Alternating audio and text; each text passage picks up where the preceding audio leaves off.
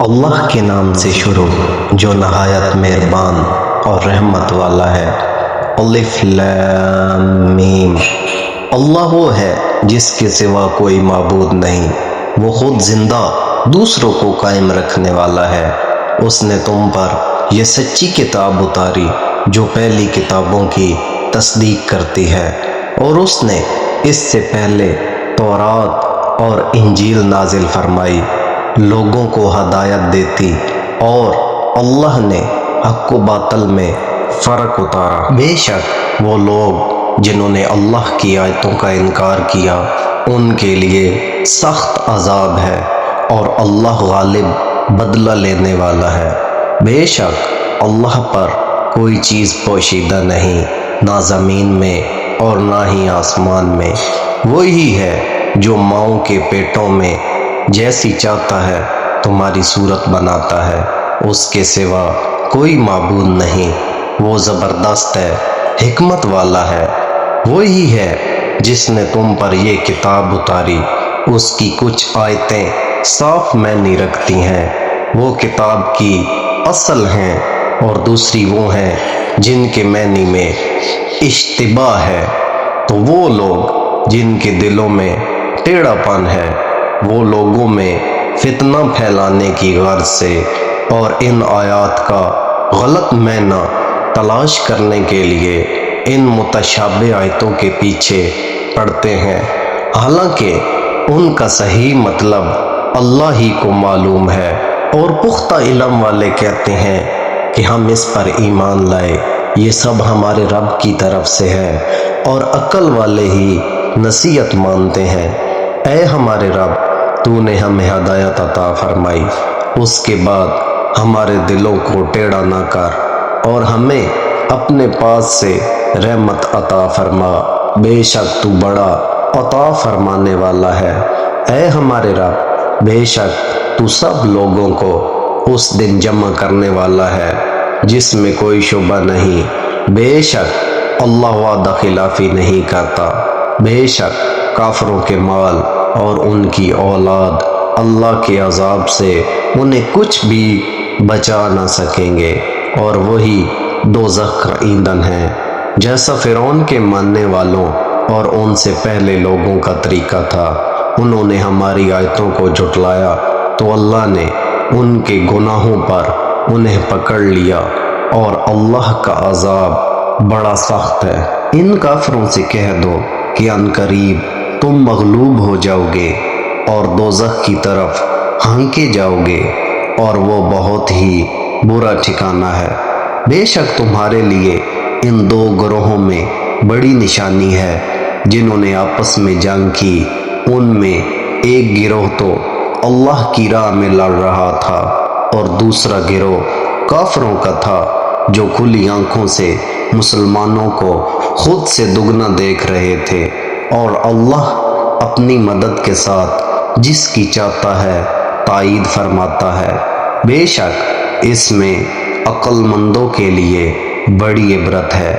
لوگوں کے لیے ان کی خواہشات کی محبت کو آراستہ کر دیا گیا، یعنی عورتوں اور بیٹوں اور سونے چاندی کے جمع کیے ہوئے ڈھیروں اور نشان لگائے گئے گھوڑوں اور مویشیوں اور کھیتوں کو ان کے لیے آراستہ کر دیا گیا۔ یہ سب دنیاوی زندگی کا ساز و سامان ہے، اور صرف اللہ کے پاس اچھا ٹھکانہ ہے۔ اے حبیب، تم فرماؤ، کیا میں تمہیں ان چیزوں سے بہتر چیز بتا دوں؟ سنو، وہ یہ ہے کہ پرہیزگاروں کے لیے ان کے رب کے پاس جنتیں ہیں جن کی نیچے نہریں جاری ہیں، ان میں وہ ہمیشہ رہیں گے، اور ان کے لیے پاکیزہ بیویاں، اور اللہ کی خوشنودی ہے، اور اللہ بندوں کو دیکھ رہا ہے۔ وہ جو کہتے ہیں اے ہمارے رب، ہم ایمان لائے ہیں، تو ہمارے گناہ معاف فرما اور ہمیں دوزخ کے عذاب سے بچا لے۔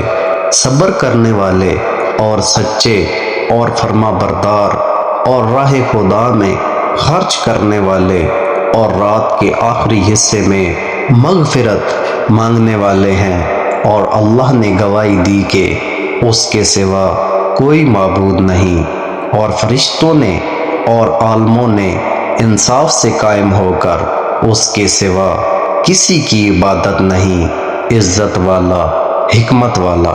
بے شک اللہ کے نزدیک دین صرف اسلام ہے، اور جنہیں کتاب دی گئی انہوں نے آپس میں اختلاف نہ کیا مگر اپنے پاس علم آ جانے کے بعد اپنے بامی حسد کی وجہ سے۔ اور جو اللہ کی آیتوں کا انکار کرے تو بے شک اللہ جلد حساب لینے والا ہے۔ پھر اے حبیب، اگر وہ تم سے جھگڑا کریں تو تم فرما دو میں تو اپنا منہ اللہ کی بارگاہ میں جھکائے ہوئے ہوں، اور میری پیروی کرنے والے بھی۔ اور اے حبیب، اہل کتاب اور ان پڑھوں سے فرما دو کہ کیا تم بھی اسلام قبول کرتے ہو؟ پھر اگر وہ اسلام قبول کر لیں جب تو انہوں نے بھی سیدھا راستہ پا لیا، اور اگر یہ منہ پھیریں تو تمہارے اوپر تو صرف حکم پہنچا دینا لازم ہے، اور اللہ بندوں کو دیکھ رہا ہے۔ بے شک وہ لوگ جو اللہ کی آیتوں کا انکار کرتے ہیں اور نبیوں کو ناحق شہید کرتے ہیں اور انصاف کا حکم کرنے والوں کو قتل کرتے ہیں، انہیں دردناک عذاب کی خوشخبری سنا دو۔ یہی وہ لوگ ہیں جن کے اعمال دنیا و آخرت میں برباد ہو گئے اور ان کا کوئی مددگار نہیں۔ کیا تم نے ان لوگوں کو نہیں دیکھا جنہیں کتاب کا کچھ حصہ دیا گیا کہ جب انہیں اللہ کی کتاب کی طرف بلایا جاتا ہے تاکہ وہ ان کا فیصلہ کر دے، تو پھر ان میں سے ایک گروہ بے رخی کرتے ہوئے منہ پھیر لیتا ہے۔ یہ جرأت انہیں اس لیے ہوئی کہ وہ کہتے ہیں ہرگز ہمیں آگ نہ چھوئے گی مگر گنتی کے چند دن، اور انہیں ان کی ایسی ہی من گھڑت باتوں نے ان کے دین کے بارے میں دھوکے میں ڈالا ہوا ہے۔ تو کیسی حالت ہوگی جب ہم انہیں اس دن کے لیے اکٹھا کریں گے جس میں کوئی شک نہیں، اور ہر جان کو اس کی پوری کمائی دی جائے گی اور ان پر ظلم نہ ہوگا۔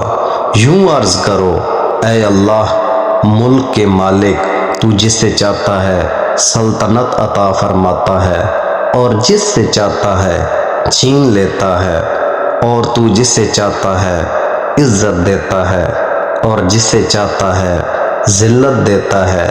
تمام بھلائی تیرے ہی ہاتھ میں ہے، بے شک تو ہر شے پر قدرت رکھنے والا ہے۔